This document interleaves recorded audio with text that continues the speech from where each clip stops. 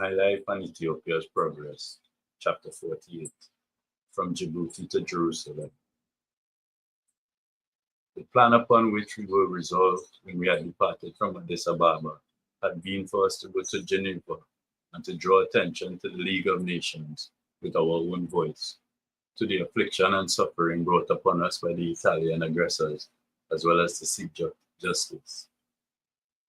But we were conscious of the need, first of all, to prepare for the Empress and our family, and for the many army commanders who had come out into exile with us, a place at which they could stay, and we therefore decided to go to Jerusalem. Hence, on Miyazia the 25th, which is the 3rd of May, the British warship Enterprise arrived at Djibouti, and the captain informed us that we should prepare for embarkation. The reason why this warship had reached Djibouti so quickly was this. When we were fighting with the Italians at Mechu, they had destroyed, by aerial bombardment, our radio and telephone communications with Addis Ababa. Our ministers were, therefore, unable to get in touch with us for about a month, and as news from us was cut off, and they were in difficulty over it, they contemplated sending the Empress and our family to Jerusalem, while they themselves would go to Western Ethiopia and set up the government at Gori. They held conversations with the British minister at Addis Ababa with a view to the British government sending a warship for the Empress, and the British government had already notified its willingness to do so. Some people, however, had gone so far as to spread it about that the reason why we were traveling on a British warship and had decided to come to Europe was that the friendly government had intervened in the matter and had proffered advice to this effect. This is a fairy tale which is totally false, and there is no truth in it whatever. The main reason is simply as we have expounded it above. Also, since we were going to Jerusalem in a British mandated territory, no one can fail to see the propriety of traveling in a British warship. Those people who have expressed this idea may not be cognizant of the nature of British hospitality. On the morrow, Monday, the 26th of Miyazia, 1928, which is the 4th of May, 1936 in the Gregorian calendar, at approximately 10 o'clock, which is 4 p.m. in the afternoon, we boarded the warship.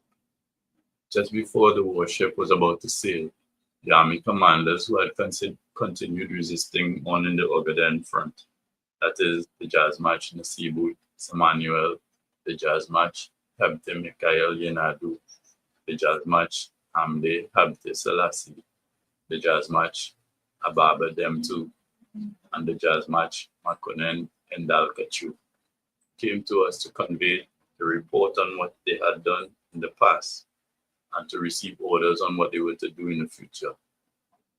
After submitting their report and receiving instruction for future action, they took their leave with great sorrow. Later, however, with the exception only of the Jazmach Habte Mikhail Yenadu, they were to come on another boat. As the ship set out on her voyage, the government of the colony of French Somaliland offered us a farewell salute by firing guns and by having aircraft fly close to the ship in which we were sailing.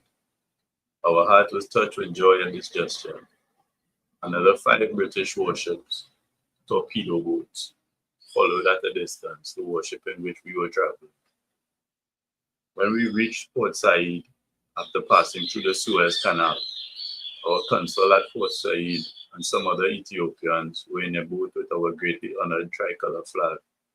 As they rowed their boat close to the ship, we saw them wipe off their tears with their handkerchiefs, and thus the great grief of ours was reawakened and we were deeply moved. Moreover, the ship was not stopping there, and there was much sadness in all our hearts at our passing by without being able to meet each other. On the 5th day, we reached the port of Haifa, and our ship anchored there. Other British warships were positioned in formation there to await our arrival. At a small distance from the ship in which we were, there was an Italian boat at anchor called the Carniero and bedecked with flags. There was no doubt that they had done this with malice, thinking that we would be sad at seeing an Italian vessel now at our arrival as an exile from our own country. As we disembarked, the musical band of the Enterprise sounded the Ethiopian national anthem. Stepping on shore, we passed along the mustered ranks of the soldiers, giving us a respectful welcome. And here, likewise, they played the Ethiopian national anthem. Even the Jews and Arabs who had been quarreling among themselves forgot the dispute and, standing together, watched us with pleasure and respect. Thence, we set out for Jerusalem, and when we reached the railway station there, the British government authorities received us with honor. First of all, we went to Golgotha, and after we had paid homage at the tomb of our Lord, we went to King David Hotel.